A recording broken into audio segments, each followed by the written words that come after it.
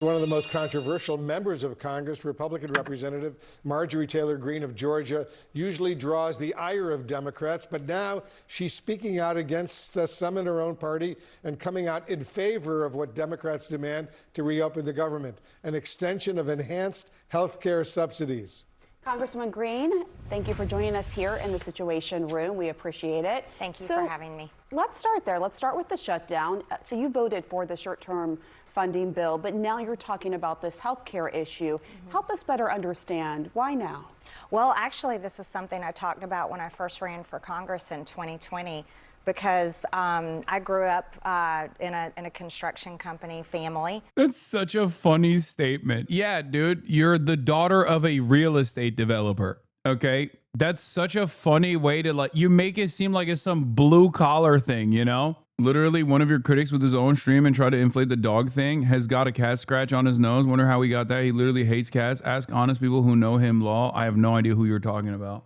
Bought that company after But I kind of understand why my parents and he would hate cats if he got scratched in the face.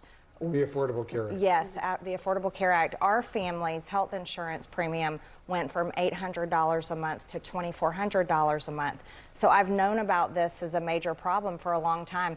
It's not just ACA recipients whose premiums are going to skyrocket very soon. It has been a disaster for many Americans across the board. And cost of living is so high now. Many of my constituents, many of my friends, and even my own children are finding health insurance to be extremely unaffordable and something that they are having to go without. So I think this is an incredibly important issue. I think it is a crisis. I don't think it's something to wear political party team jerseys on. I think it's something that we have to address and fix. And it's very personal for you. Very personal. It's affected my own life. And the Affordable Care Act was passed in 2010. So we're 15 years down the road, and the industry has changed drastically. Many companies dropped out of the market. We've seen doctors stop having their own practices. I don't know what's going on, but it feels like a reverse Fetterman situation. Like, did they swap bodies or something? What happened? Her district is poor. So, hello? She's a Republican. And even Democrats don't even give a about their poor districts. They care about Israel. So the very fact that she's like all of a sudden hitting a number on like a left populist flank on healthcare and protecting healthcare subsidies is pretty crazy. And become hospital employees. We now have to import doctors because we don't have enough. Healthcare has drastically changed, and I'm one of those that gets real tired of political drama when it's not actually solving a problem. And this is such a crisis that I'm willing to say, okay, everyone, we have to do something about this. It shouldn't be something that we dangle the American people or military pay or all of these things. We shouldn't be dangling them back and forth. We have to fix it. What are you hearing from your constituents right now? And do you have any regrets about voting for that short-term continuing resolution, that spending bill? Thank you for that question. Number one, I am a Republican, and I support the president. I was very vocal about I didn't want to vote for a CR. I want to pass our appropriations. That's our constitutional duty, and I want to bring that taxpayer dollars back to my district. I work hard on that, so that was important to me. But I support the president, and I voted for the CR. Number two, what am I hearing from my constituents? It's great. We track all the calls that come into my office. About 60% of the calls coming in right now are calls of support and saying, yes, health insurance is a crisis. They're telling us stories about how they're already paying $2,000 a month with $10,000 deductibles. I'm getting phone calls from people that are saying if the ACA tax credits expire, they aren't going to be able to have health insurance. They're going to have to drop it. But I'm hearing from people on both sides, people already on the ACA and people that are already getting crushed by high health insurance premiums. I want to ask you about this new Washington Post poll. CR is a continued resolution. I don't know, man. It's like kind of taking me out. It freaks me out a little bit. It's like seeing a baby speak perfect English. You know what I mean? Like straight out the womb. If you saw something like that, you'd be like, that's odd. That's a strange phenomenon. I don't know how to deal with it. And that's how I feel right now. Watching Marjorie Taylor Greene, Marjorie Titan Greene, talking like this is very strange And it is actually freaking me out, even though this was literally one of my predictions for the year. Or was it last year? I think it was this year, right, chat? When I said Marjorie Taylor Greene is actually going to become like more of a normie adjacent Republican. But she's even outflanked my expectations. I think that was this year. Yeah.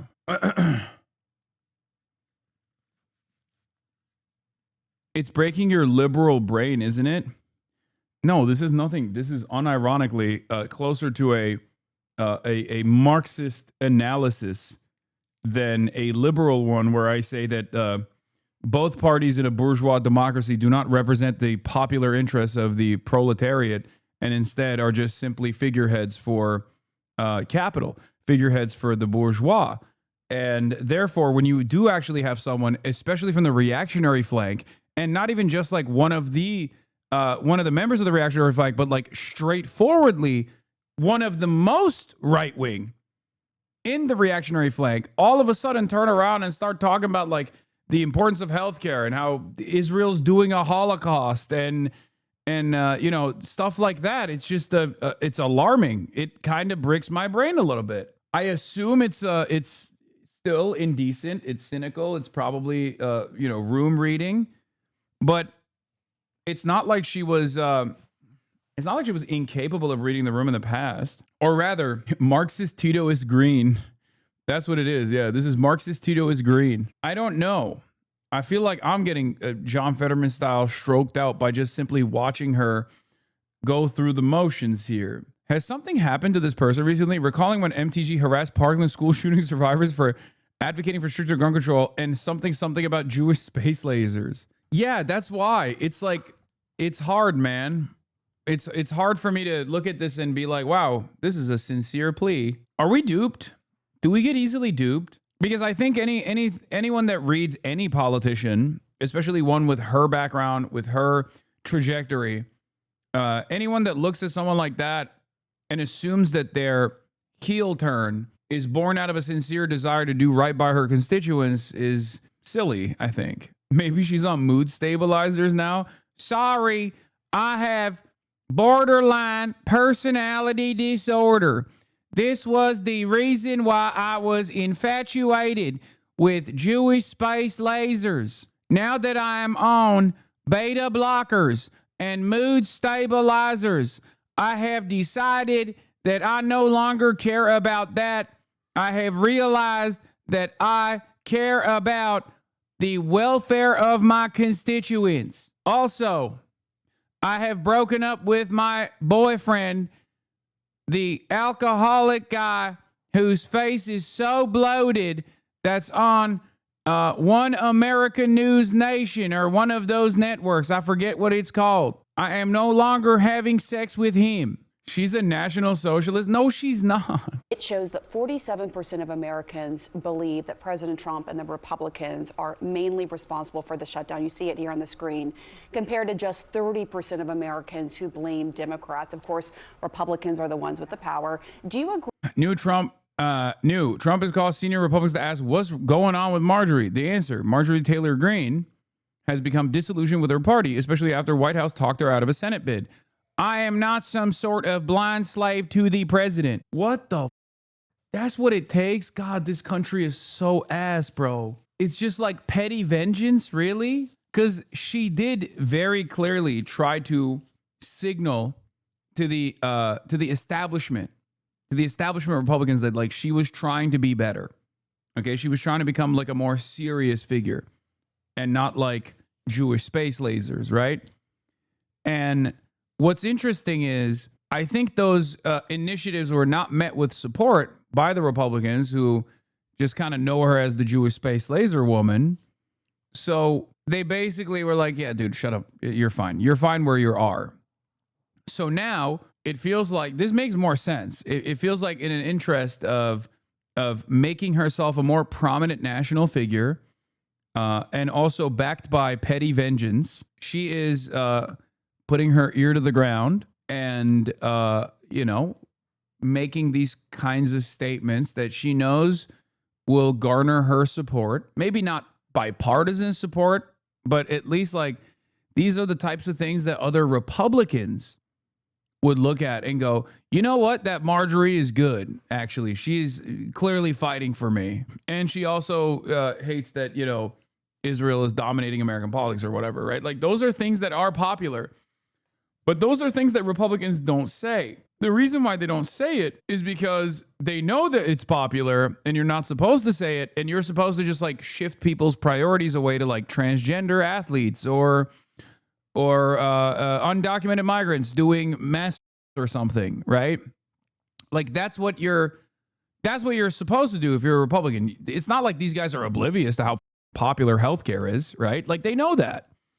It's not like they're oblivious to how popular social safety nets are in general. Of course they know that. That's why they fight back against it tooth and nail. Especially once implemented, it is very difficult to whole cloth cancel social programs because people rely on them for survival. This is something that Donald Trump also had to recognize with the Obamacare situation, right? He was like, I'm going to cut Obamacare. I hate it. And like, it was very unpopular when he tried to do that. So Republicans already know this. So I guess the reason why she's going unshackled mode here is probably to build her national profile for a senatorial run, and also to kind of do a you to the Trump admin a little bit for not taking her seriously. Agree with Americans in that poll that see the shutdown as your party's fault? You know what? I don't think the shutdown is popular for either side. And so I see the shutdown completely different from maybe my party leadership. And I'm not putting the blame on the president. I'm actually putting the blame on the speaker and Leader Thune in the Senate. This should not be happening. And I don't think, look, as a member of Congress, we already have a low enough job approval rating. This shutdown is just going to drive everybody's approval rating that much lower. But so you're putting the blame on the leadership of your party? Absolutely. We control the House. We control the Senate. We have the White House. I've been vocal saying, you know, you can use the nuclear option in the Senate. This doesn't have to be a shutdown. But what we have to do is we have to work for the American people. And our country is so divided right now. We see it all the time in every single way. It's divided in what I would say very dangerous ways. And we saw that with the recent assassination of Charlie Kirk, which has upset so many people across the board. And look, when it comes to hearing from senior citizens or my own friends and neighbors and my own family members and people that voted for me, and they're just saying, Marjorie, we just really want somebody to do something about health insurance premiums.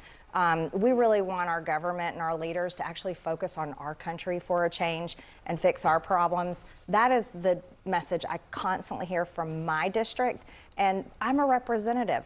I don't have to be a cheerleader for my party. I have to represent my district because those are the people that hired me and sent me here. And I myself, I agree with them, and I'm pretty much over it's just drama constantly on TV. No offense, because you guys are on television, but that's all that we see in American politics now.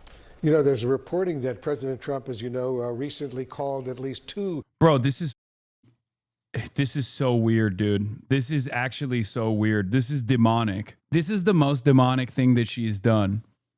I'm sorry. Like, if I were to hear her, you know, deny the Holocaust or something, I'd be like, that tracks. This is far, far stranger. This is the strangest thing that Marjorie Taylor Greene has ever done. I don't understand it, and it's freaking me out. She is not only making sense, but she's also speaking clearly, slowly, in a coherent manner. I don't know what's happening.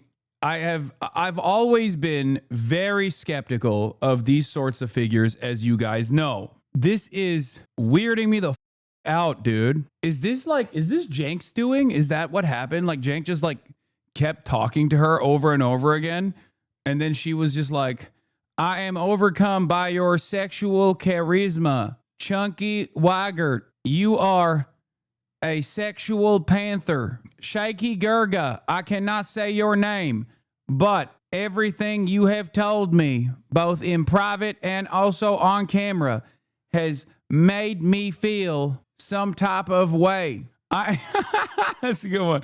I am beguiled with your Ottoman sexuality. It's just weird because, like, where was this? Okay? Where was this? You don't expect a LeBron performance with Tony Snell. If you have a game like that, you're like, how did that happen? How did this happen? You don't expect the White Mamba to play like Kobe.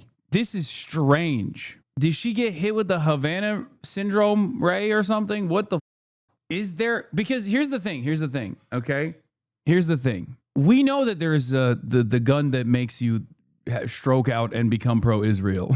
Okay? The John Fetterman Ray, as they call it. But this means that there is a gun that makes you anti-Israel as well. There's a stroke gun that works in the opposite direction, which is a welcomed surprise. Is it like a Chinese gun or something? Is that what it is? It's the gun that makes you Chinese. Like she got hit with the woke gun, the Judeo-Bolshevik space laser, dude. Yeah, she did. No, she's definitely the type of person who hates Israel, but then also will say like, the Bolsheviks were responsible for the death of 60 million Christians. You know, like I wouldn't be shocked if I heard something like that from her. Why does no one talk about the crimes of the Bolshevik? It's called literature. I don't think she's capable of reading or writing. I don't think Marjorie Taylor Greene is literate. She isn't woke, and I'm mad you ever said that. Man, calm down. We're memeing, okay? Jesus Christ. It is a strange attitude shift, though, I will admit. Senior Republicans to ask, and I'm quoting now from these reports, what's going on with Marjorie, end quote. Have you talked to the president about this issue? It's obviously so personal for you. Well, you know, the president has my cell phone number, and he's called me many, many times. So if he wants... Recently? How recent? I don't get into that kind of... Ooh, she said recently. She said, I don't want to talk about it. Details, but he knows how to call me and he can ask me himself. But here's the deal. There's also this, and I'm not blaming you guys, but there is a I think she wants attention from daddy a little bit too. Media narrative trying to say that I don't support the president. I absolutely support the president. I campaigned for him for years. But I'm also an action person, and I want my party to solve problems. And you say he's not getting good advice, though. You told Manu Raju. What specifically? Well, I don't think it's good advice that a government shutdown is going to help Republicans in the midterms. I don't agree with that. I also don't think it's good advice that Republicans ignoring the health insurance crisis is going to be good for midterms. I have started reading Bakunin and Gramsci and Carlos Marx. I have learned the ways of the International Consortium of Capital and the grand design that they have of exploitation. I have realized that we must abolish the commodity form. We must do away with the extraction of surplus labor value. What the capital owner calls profits, I call exploitation. There are more of us than there are of them. I actually think that would be very bad for midterms. And I think that just not staying focused on America First policies is detrimental as well. Yeah, and on that note, are you concerned about the cost of living? Very. That the President Trump said he would lower? The inflation crushed people in the past 4.5 years, and the costs have not come down. I myself can tell you my apartment here in Washington, D.C., the electricity bill is $100 more than it was last year, because you can look at your own bill and look at cost. Prices have not come down. That is a reality.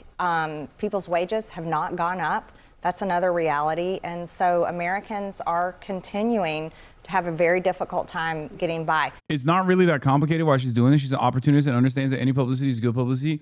Yeah, except if she can understand that this is like good commentary, okay? If she can understand that this is like garnering support for her, then why the fuck can't the Democrats? Because in a world where Marjorie Taylor Greene is like, we must protect the subsidies that help Americans pay their insurance premiums that have skyrocketed due to unlimited greed from capital owners that are a parasitic force on American society. then Democrats should also be like, yeah, we have to do free healthcare. Like, we have to do Medicare for all. What the It's genuinely not just that she's an opportunist. I think it's crazy she's going this far with the message. Yeah, she's going ham. And no, I don't think she's outflanking the Democrat leadership with these kinds of sentiment, with this kind of sentiment. But I do think that she is outflanking everyone in the Republican Party. That is a certainty. But I don't, yeah, you look at Wolf. He's like, did you stroke out? Like, what's going on? Look at his face. He's in utter disbelief. Like, for her, I understand why she would take a anti-Israel position, right? The starting point could have even been like, you know, anti-Semitism, or truly could have been the fact that like she is like horrified by everything that Israel has done. Now, I think it's a bit of both. And the reason why I think it's a bit of both is because like she was so invested in the QAnon stuff not to be like, at least still have like some remnant dormant anti-Semitism swirling around in there. Like, she was literally the QAnon congressperson, right? So it's got to be positive CTE moment. Oh my God.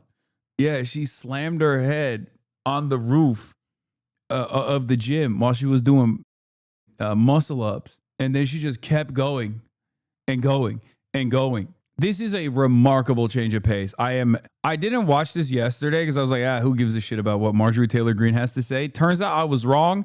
I do give a shit about what Marjorie Taylor Greene has to say, because this is Marxist Titoist Guevara that's speaking now.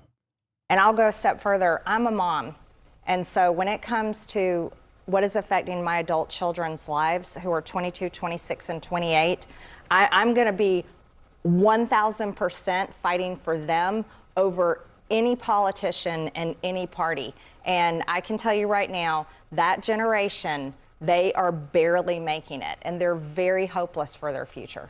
So you're a mom first, a politician second. That's right. I'm a mom first. That's good to hear. So I want to just ask you also about another issue you've been really outspoken about, and of course that is the Jeffrey Epstein files, wanting to release those. I know Democrats have also been calling for that, a few other Republicans as well. The Democrats are accusing Speaker Johnson of delaying the swearing in of Arizona's Democratic Congresswoman-elect because she would give the last vote needed to release those Epstein files. I'm wondering, you know, the Speaker, for his part, he has denied that. He said it's because of the shutdown. She's like, I have been watching alongside my children this new Twitch channel. Do you know what Twitch is?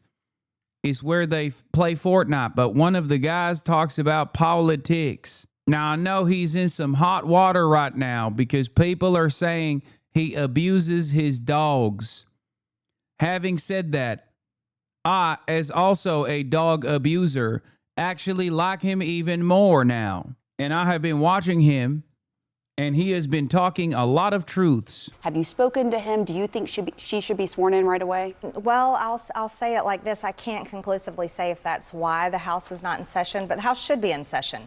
And the House should be in session for many reasons. We have appropriation bills that need to get passed. There is a new Democrat that's been elected that does deserve to be sworn in. Her district elected her. We have other bills that we need to be passing. And if it's to avoid the discharge petition, why drag this out? That is going to have 218 signatures. And so I say go ahead and do it and get it over with. Mm-hmm. You know, the big news that we're all following right now is obviously the ceasefire deal between Israel and Hamas and Gaza, and the hostage deal that all the remaining Israeli hostages, dead and alive, will be allowed to go back to Israel. President Trump says he might be going to the region as early as this Friday. He wants to be there when this historic moment unfolds. He wants to witness this, talk to his aides, talk to the Israelis, talk to the Palestinians as well. Do you have any concerns at all that this deal could still, God forbid, fall apart? I don't know. I certainly applaud the president. This has been one of the issues that I've campaigned on and talked about constantly. I'm very much against America's involvement in foreign wars. And the president has worked very hard on this.